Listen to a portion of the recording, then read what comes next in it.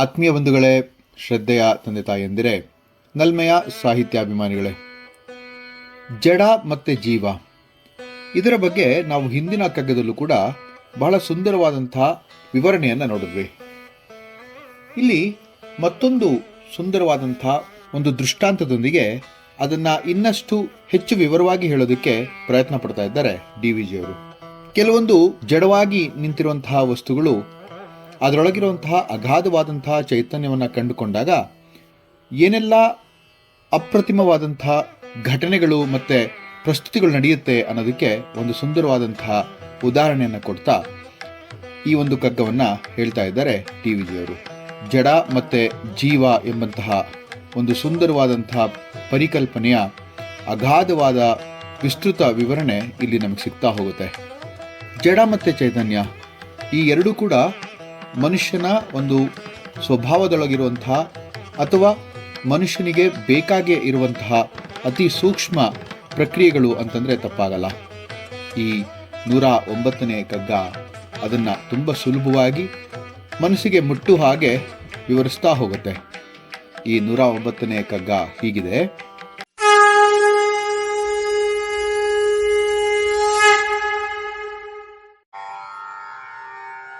ಶಿಲೆಯಾಗಿ ನಿದ್ರಿಸುತ್ತಿರ್ದಾಕೆ ರಾಮಪದ ತಲದ ಸಂಸ್ಪರ್ಶದಿಂದೆದ್ದು ನಿಂತಂತೆ ಚಲಿಸದೆನಿಸಿದ ಜಡವನಾವ ಗಾಳಿಯೋ ಸೋಕೆ ಬಲತೀವಿ ಚಲಿಪುದದು ಮಂಕುತಿಮ್ಮ ಮಂಕುತಿಮ್ಮ.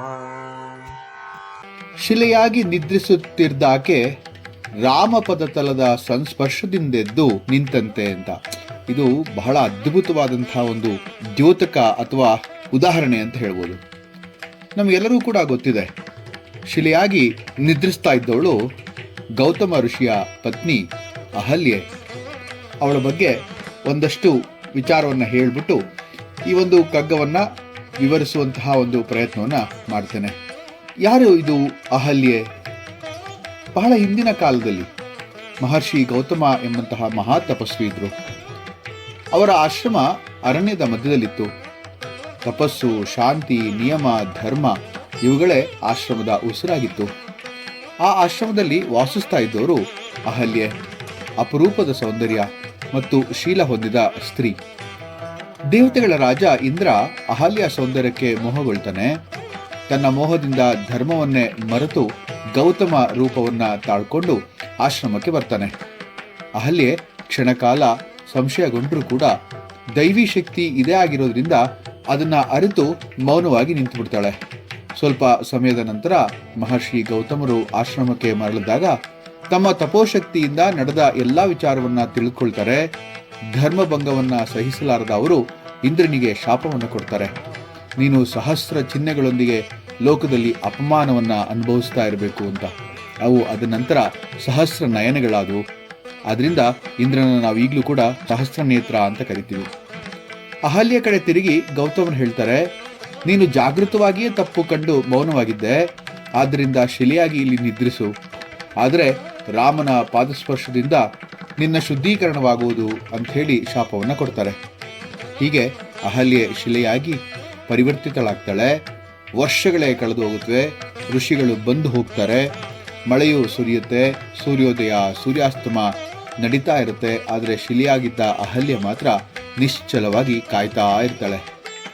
ತ್ರೇತಾಯುಗದಲ್ಲಿ ರಾಮನು ತನ್ನ ಗುರು ವಿಶ್ವಾಮಿತ್ರರೊಂದಿಗೆ ಅರಣ್ಯದಲ್ಲಿ ಸಂಚರಿಸ್ತಾ ಇರಬೇಕಾದ್ರೆ ಗೌತಮಾಶ್ರಮದ ಬಳಿ ಬಂದಾಗ ರಾಮನ ಪಾದವು ಆ ಶಿಲೆಗೆ ತಾಕುತ್ತೆ. ಆ ಕ್ಷಣ ಅದ್ಭುತವೇ ಸಂಭವಿಸ್ಬಿಡುತ್ತೆ. ಶಿಲೆ ಕಂಪಿಸುತ್ತೆ. ಕಲ್ಲಿನ ಕಠಿಣತೆ ಕರಗೋಗುತ್ತೆ. ಅಲ್ಲಿ ದಿವ್ಯ ಪ್ರಕಾಶದಿಂದ ಹೊಳೆಯುವಂತಹ ಅಹಲ್ಯೆ ಪುನರ್ಜನ್ಮವನ್ನು ಪಡೆದು ನಿಂತಿರ್ತಾಳೆ. ಆಕೆಯ ಮುಖದಲ್ಲಿ ಪಶ್ಚಾತ್ತಾಪ, ಶುದ್ಧತೆ ಮತ್ತು ಭಕ್ತಿಯ ಕಾಂತಿ ಮಿನುಗ್ತಾ ಇರುತ್ತೆ. ಅಹಲ್ಯೆ ರಾಮನ ಪಾದಗಳಿಗೆ ವಂದಿಸಿ ಹೇಳ್ತಾಳೆ, ಸ್ವಾಮಿ, ನಿಮ್ಮ ದರ್ಶನವೇ ನನ್ನ ಪಾಪಗಳನ್ನು ಕರಗಿಸ್ತು ಅಂಥೇಳಿ. ರಾಮನು ಕೂಡ ಕರುಣೆಯಿಂದ ಆಶೀರ್ವದಿಸ್ತಾನೆ. ಗೌತಮ ಮಹರ್ಷಿಯು ಶಾಪವನ್ನು ಹಿಂತೆಗೆದುಕೊಳ್ತಾರೆ, ಅಹಲ್ಯೆಯನ್ನು ಸ್ವೀಕರಿಸ್ತಾರೆ ಅಂತ ಹೇಳಿ. ಈ ಕತೆ ಕೇವಲ ಪೌರಾಣಿಕ ಘಟನೆಯಲ್ಲ. ಅಹಲ್ಯೆ ಮನುಷ್ಯನ ನಿದ್ರಿತ ಚೈತನ್ಯದ ಸಂಕೇತವಾದರೆ ಶಿಲೆ ಅಜ್ಞಾನ, ಅಹಂಕಾರ ಮತ್ತು ಪಾಪದ ಸಂಕೇತ. ಅದೇ ರಾಮನ ಪಾದ ಜ್ಞಾನ, ಕೃಪೆ ಮತ್ತು ಸತ್ಪ್ರೇರಣೆಯ ಸಂಕೇತ ಅಂತ ಹೇಳ್ಬೋದು. ಪಾದಸ್ಪರ್ಶಾತ್ ವಿಮುಕ್ತಿ ಅಂಥೇಳಿ ಈ ಒಂದು ಹೇಳುವಂತಹ ಮಾತು ಕೂಡ ಇದೆ. ಆದರೆ ವಾಲ್ಮೀಕಿ ಬರೆದಿರುವಂತಹ ಶ್ರೀಮದ್ ವಾಲ್ಮೀಕಿ ರಾಮಾಯಣದಲ್ಲಿ ಈ ಥರದ ಕತೆ ಇಲ್ಲ. ಅಲ್ಲೇ ಏನಾಗುತ್ತೆ ಅಂತಂದರೆ, ಶಾಪಕ್ಕೆ ಸಿಲುಕಿದಂತಹ ಅಹಲ್ಯೆ ಯಾರಿಗೂ ಕಾಣದಲೇ ಅದೇ ಆಶ್ರಮದಲ್ಲಿ ಬೂದಿ ಮುಚ್ಚಿದಂತಹ ಒಂದು ಕೆಂಡದ ಹಾಗೆ ಅಲ್ಲೇ ಇರ್ತಾಳೆ. ರಾಮನ ಪಾದಸ್ಪರ್ಶದಿಂದ ಅವಳಿಗೆ ಪುನರ್ಜನ್ಮ ಬರುತ್ತೆ, ಅವಳು ಪುನಃ ಪ್ರಕಟಗೊಳ್ತಾಳೆ. ಅದಾದ ನಂತರ ರಾಮನೇ ಆಕ್ಚುಲಿ ಅಹಲ್ಯ ಕಾಲಿಗೆ ಬಿದ್ದು ನಮಸ್ಕಾರವನ್ನು ಮಾಡ್ತಾನೆ ಅಂತ ಹೇಳುವಂತ ಮಾತು ಕೂಡ ಇದೆ. ಇಲ್ಲಿ ಜಡವೆಂದು ತೋರುವುದರೊಳಗೂ ಚೈತನ್ಯ ಅಡಗಿದೆ ಅಂತಂದ್ರೆ ತಪ್ಪಾಗಲ್ಲ. ಅದು ಹೊಮ್ಮಲು ಸರಿಯಾದಂತಹ ಸ್ಪರ್ಶ ಬೇಕು ಅಷ್ಟೇ. ಅಹಲ್ಯ ಶಿಲೆಯಾಗಿ ನಿದ್ರಿಸ್ತಾ ಇದ್ಲು. ರಾಮನ ಪಾದಸ್ಪರ್ಶದಿಂದ ಆಕೆ ಎದ್ದು ಜೀವಂತವಾದ್ಲು.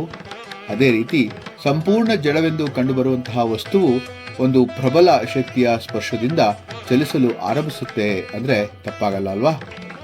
ಜಡವೆಂದರೇನು ಅನ್ನೋದಕ್ಕೆ ಸುಂದರವಾದಂತಹ ಒಂದು ಪ್ರಶ್ನೆಯನ್ನ ಇಲ್ಲಿ DVGಯರು ಕೇಳ್ತಾ ಇದ್ದಾರೆ.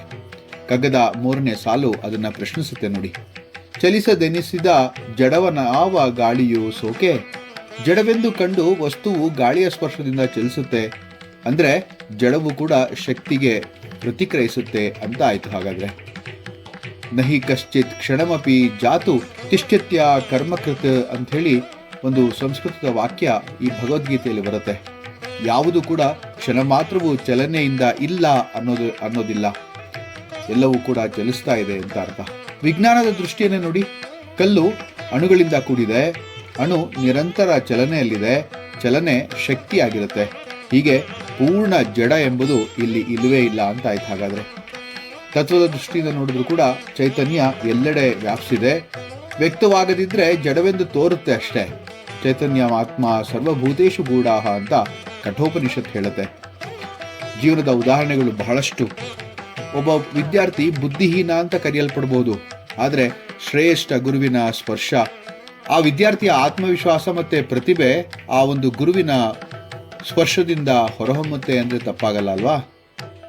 ಒಂದು ನಿಶ್ಚಲ ಜನಸಮೂಹದ ಮುಖಾಂತರ ಒಬ್ಬ ಪ್ರಬಲ ನಾಯಕನ ಪ್ರೇರಣೆಯಿಂದ ಕ್ರಾಂತಿಗಳೇ ನಡೆದೋಗ್ಲಿಲ್ವಾ? ಮಹಾತ್ಮ ಗಾಂಧಿಯನ್ನ ನೆನೆಸ್ಕೊಳ್ಳಿ.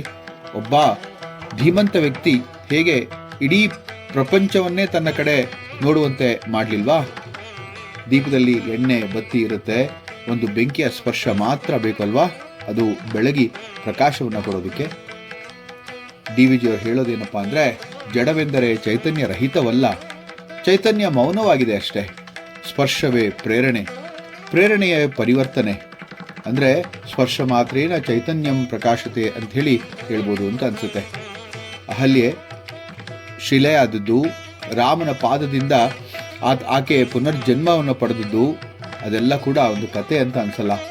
ಅದು ಮಾನವ ಒಳಗಿನ ಒಂದು ನಿದ್ರಿತ ಚೈತನ್ಯದ ರೂಪಕ ಅಂತ ಅನಿಸ್ಬಿಡುತ್ತೆ. ನಮ್ಮೊಳಗಿನ ಶಿಲೆಯನ್ನ ಜೀವಂತಗೊಳಿಸ್ಕೊಳ್ಳಲು ಒಂದು ರಾಮಪಾದ ಬೇಕು. ಅದು ಗುರುವಾಗಿರಬಹುದು, ಜ್ಞಾನವಾಗಿರಬಹುದು, ಅಥವಾ ಆತ್ಮ ಬೋಧನೆಯೇ ಆಗಿರಬಹುದು. ನಾವು ಹೇಳ್ತೀವಲ್ವಾ, a single spark is just needed to glow our life ಅಂತ. ಅಂದ್ರೆ ಅರ್ಥ ಏನು ಅಂತಂದ್ರೆ, ಚಿಕ್ಕ ಒಂದು ಕಿಡಿ ನಮ್ಮ ಜೀವನದ ಜಡವಾಗಿರುವಂತಹ ಒಂದು ಅಜ್ಞಾನ ಅಂತಕ್ಕಂತಹ ಗಾಢಾಂಧಕಾರವನ್ನ ತೊಲಗಿಸಲು, ಹಾಗೆ ನಮ್ಮ ಜೀವನ ಪ್ರಕಾಶಮಾನವಾಗಲು ಅದು ಸಾಕು ಅಂತ ಅನಿಸುತ್ತೆ. ಹೀಗೆ ಈ ಒಂದು ಕಗ್ಗ ಬಹಳಷ್ಟು ವಿಮರ್ಶಾತ್ಮಕವಾಗಿ ಜೀವನದ ಉದ್ದೇಶವನ್ನ ಹೇಳ್ತಾ ಮನುಷ್ಯ ಹೇಗಿರಬೇಕು ಅನ್ನುವಂತಹ ಒಂದು ಪಾಠವನ್ನು ಕೂಡ ಹೇಳ್ಕೊಡ್ತಾ ಹೋಗುತ್ತೆ. ಈ ಒಂದು ಕಗ್ಗ ಎಷ್ಟು ಸುಂದರವಾಗಿ ರೂಪುಗೊಳ್ಳುತ್ತೆ ಅಂತಂದ್ರೆ, ಶಿಲೆಯಾಗಿ ನಿದ್ರಿಸುತ್ತಿದ್ದಾಕೆ ರಾಮಪಾದ ತಲದ ಸಂಸ್ಪರ್ಶದಿಂದೆದ್ದು ನಿಂತಂತೆ, ಚಲಿಸದೆನಿಸಿದ ಜಡವನಾವ ಗಾಳಿಯು ಸೋಕೆ, ಬಲತೀವಿ ಚಲುಪದದು ಮಂಕುತಿಮ್ಮ, ಬಲತೀವಿ ಚಲುಪದದು ಮಂಕುತಿಮ್ಮ. ಮುಂದಿನ ಕಗ್ಗದೊಂದಿಗೆ ಮತ್ತೆ ಭೇಟಿಯಾಗ್ತೇನೆ. ನಮಸ್ಕಾರ.